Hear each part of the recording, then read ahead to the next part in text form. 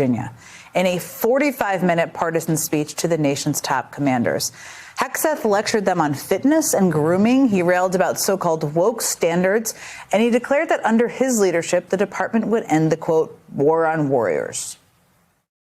The military has been forced by foolish and reckless politicians to focus on the wrong things.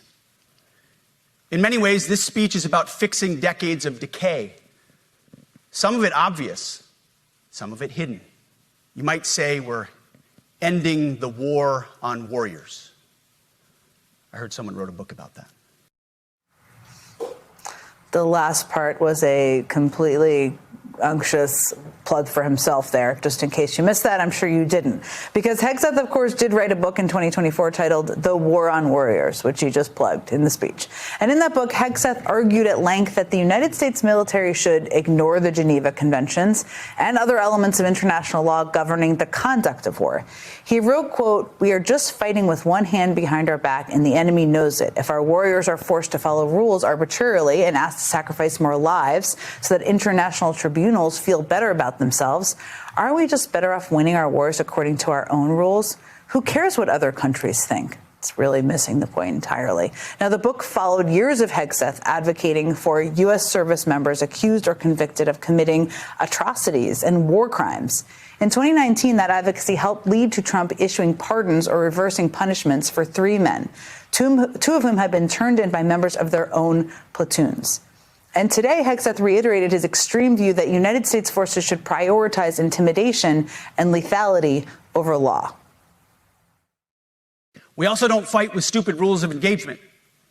We untie the hands of our warfighters to intimidate, demoralize, hunt, and kill the enemies of our country.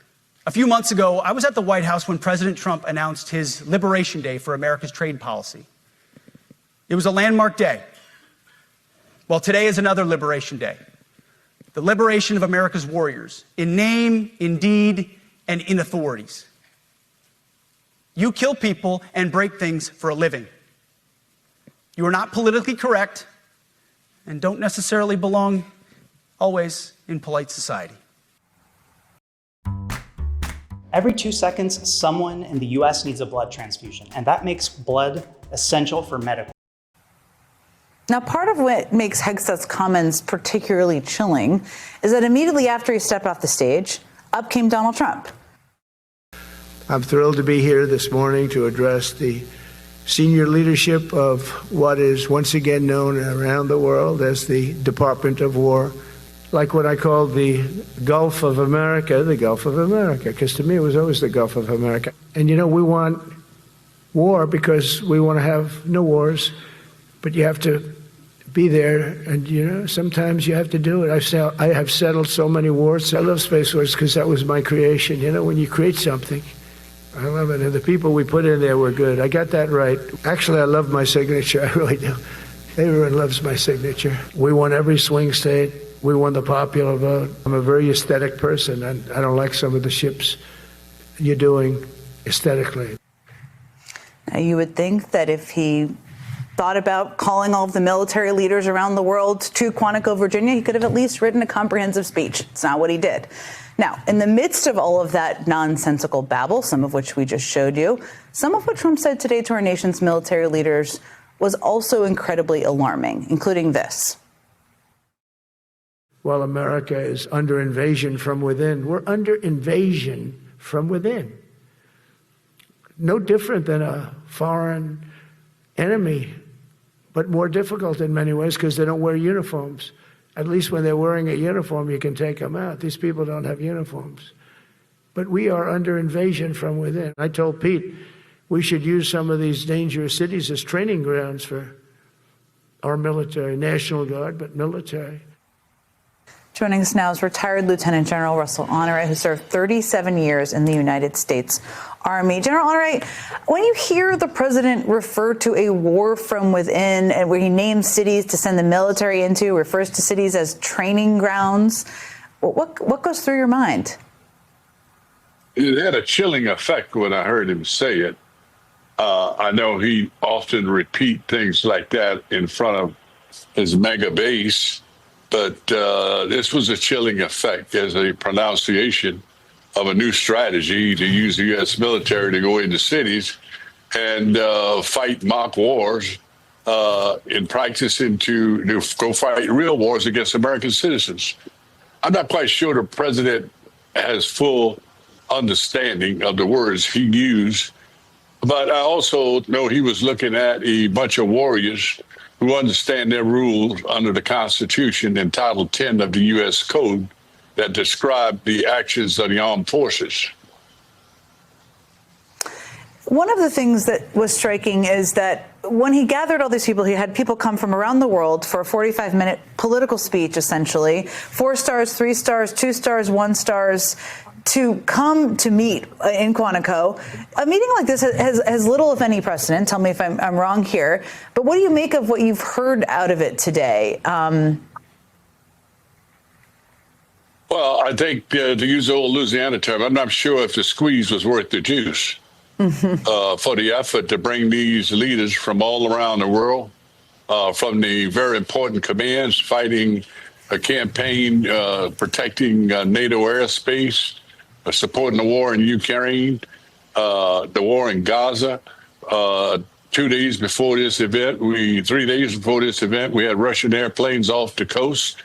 We had a cyber attack in New York, and we're on the eve of a government shutdown. It appears the timing bad, as well as the message didn't meet the mission to bring them there to get a strategic change of mission.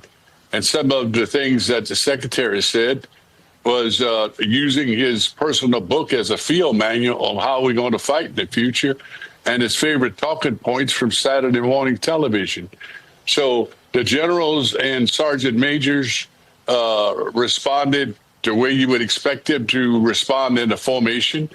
Unlike when the president speaks to his base, there's a lot of clapping and yelling and hoo-ha-ha. None of that happened, and I think it had an impact on his delivery because he was looking for his jokes to land. Many times it sounded like a dated comedian on a Las Vegas stage who jokes just not landing. And he keep trying to land something to get a ha-ha or a clap, and it didn't happen. You don't get this in a formation, because what they had in the auditorium was a formation that stood up to attention when he walked in, so there's no clapping. And when he left, they brought him back to attention, and you don't clap when you're standing up.